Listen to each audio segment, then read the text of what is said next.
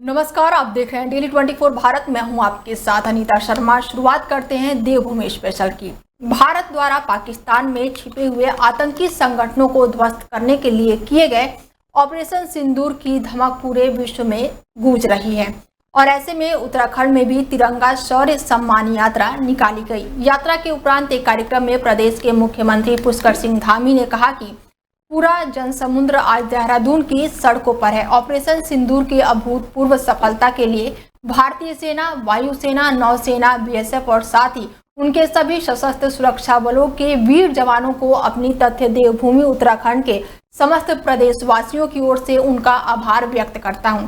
साथ ही हमारे देश के प्रधानमंत्री नरेंद्र मोदी को भी धन्यवाद देता हूं, जिनके मजबूत नेतृत्व में और स्पष्ट नीति के कारण ही आतंकवाद के विरुद्ध इस निर्णायक कार्रवाई को सफलतापूर्वक अंजाम दिया गया। सबसे पहले तो मैं ऑपरेशन सिंदूर की अभूतपूर्व सफलता के लिए भारतीय सेना, वायुसेना, नौसेना, बीएसएफ और उनके सभी सशस्त्र सुरक्षा बलों के वीर जवानों को अपनी तथा देवभूमि उत्तराखंड की समस्त प्रदेशवासियों की ओर से उनका आभार व्यक्त करता हूं, उनका धन्यवाद करता हूं, उनकी शौर्य, वीरता और पराक्रम को। खबर देहरादून से है, जहां पर महिला सुरक्षा को लेकर बाइक रैली का आयोजन किया गया। सीएम धामी की पत्नी गीता धामी भी मौके पर मौजूद रहीं। महिला सुरक्षा का संदेश लेकर बाइक रवाना करने के लिए वो पवेलियन ग्राउंड में पहुंची थी और इस दौरान उन्होंने बड़ा बयान भी दिया। देखिए, ये विमेन बाइक रैली है और हम तेजस्विनी चैरिटेबल ट्रस्ट का 3 साल का उत्सव मना रहे हैं, शक्ति का उत्सव। और इस उत्सव की शुरुआत हम लोग Jhansi on wheels women bike rally से कर रहे हैं, जिसका उद्देश्य एक मैसेज देना है विमेन सेफ्टी का। विमेन सेफ्टी को लेकर ही हम लोग ये रैली कर रहे हैं और ये रैली 18 मई को दोपहर 3 बजे पवेलियन ग्राउंड से स्टार्ट होगी और सेंट्रियो मॉल तक जाएगी। और इसको फ्लैग ऑफ करने के लिए हमारे साथ मिसेस सीएम गीता धामी जी रहेंगी और उनका हमें बड़ी खुशी है कि शायद वो भी हमारे साथ स्कूटर चलाएंगी और एक मैसेज। रुड़की कोतवाली क्षेत्र में सोलानी पार्क के पास आज एक छात्र के द्वारा 12वीं कक्षा में फेल होने के बाद से गंगनहर में कूदकर आत्महत्या का प्रयास किया गया। छात्र को गंगनहर में डूबते देखकर आसपास के लोगों ने शोर मचा दिया, जिसके बाद से एक युवक के द्वारा अपनी जान पर खेलकर छात्र की जान बचाई गई। युवक के द्वारा छात्रा को गंगनहर डूबने से बचाते समय किसी व्यक्ति के द्वारा वीडियो बना लिया गया, जो आज सोशल मीडिया पर काफी तेजी से वायरल हो रहा है। वीडियो में एक युवक एक छात्र को गंगनहर में डूबने से बचाता हुआ साफ नजर आ रहा है। बता दें कि सीबीएसई बोर्ड की 12वीं परीक्षा का रिजल्ट आया था और जिसके बाद से रिजल्ट में रुड़की निवासी एक छात्र 12वीं कक्षा में फेल हो गई थी, जिस कारण छात्रा इस कदर निराश हो गई थी कि उसने मौत को अपना गले लगाना उचित समझ लिया, जिसके चलते छात्रा ने पार्क के पास पहुंचकर अचानक से गंगनहर में छलांग लगा दी, जिसके बाद से छात्रा गंगनहर में डूबने लगी और जिसके बाद से आसपास के लोगों ने शोर मचा दिया। और सुलानी नदी है, वहाँ से कूदी थी वो और मैंने वहाँ से निकाली, अपने यहाँ सुलानी पार्क के आधे निकाल लिए थे। कारण था घर वाले परिजन बता रहे हैं पेपर में फेल हो गई थी 12 नहीं हो पेपर में, हमारी टेंशन आ रही वो तो कूद गई है। जी हाँ, नू नदी से कूदी है। मैं भी वहीं पहुंच गया था। एक लोंडा मेरा बाइक वाला दोस्त है, उनने से कूदते हुए देखा था। उनने हाँ तो आज बताया, मैं उसी बाइक पे बैठे तो वहाँ पहुंचाऊँ और वहाँ से कूद रहा हूँ। वहाँ ढलाने तो कुछ है नहीं पकड़ने लगी, वहाँ से सीधा यहीं निकाला।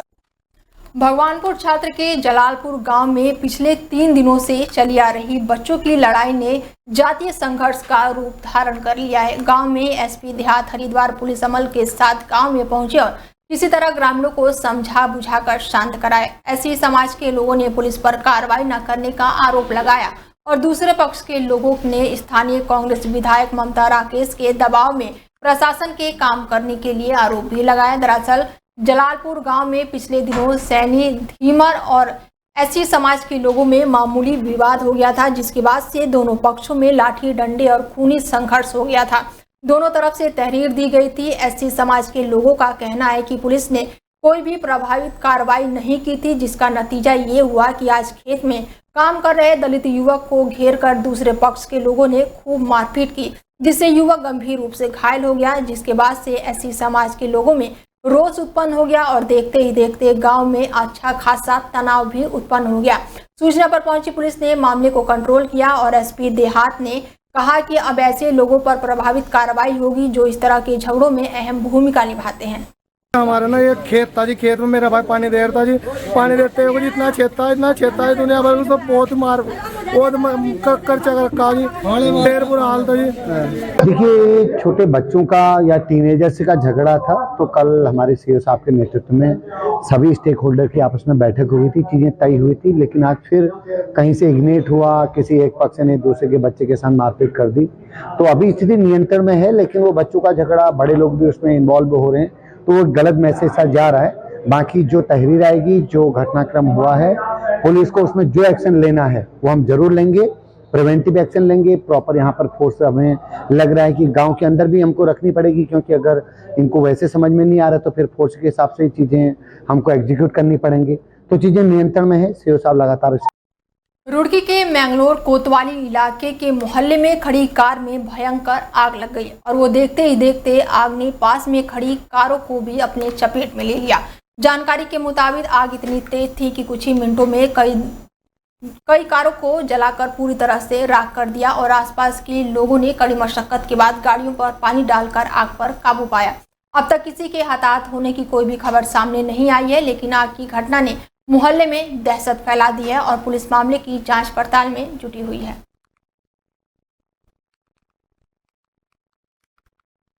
मैंगलोर कोतवाली इलाके में दिल्ली हरिद्वार हाईवे पर भीषण सड़क हादसा हुआ है, जिसमें एक कार ट्रैक्टर ट्रॉली में जा घुसी है। वो कार बुरी तरह से क्षतिग्रस्त हो गई है, जिसमें एक कार सवार की मौके पर ही मौत हो गई, जबकि एक गंभीर रूप से घायल हो गया है, जिसको अस्पताल में भर्ती कराया गया है।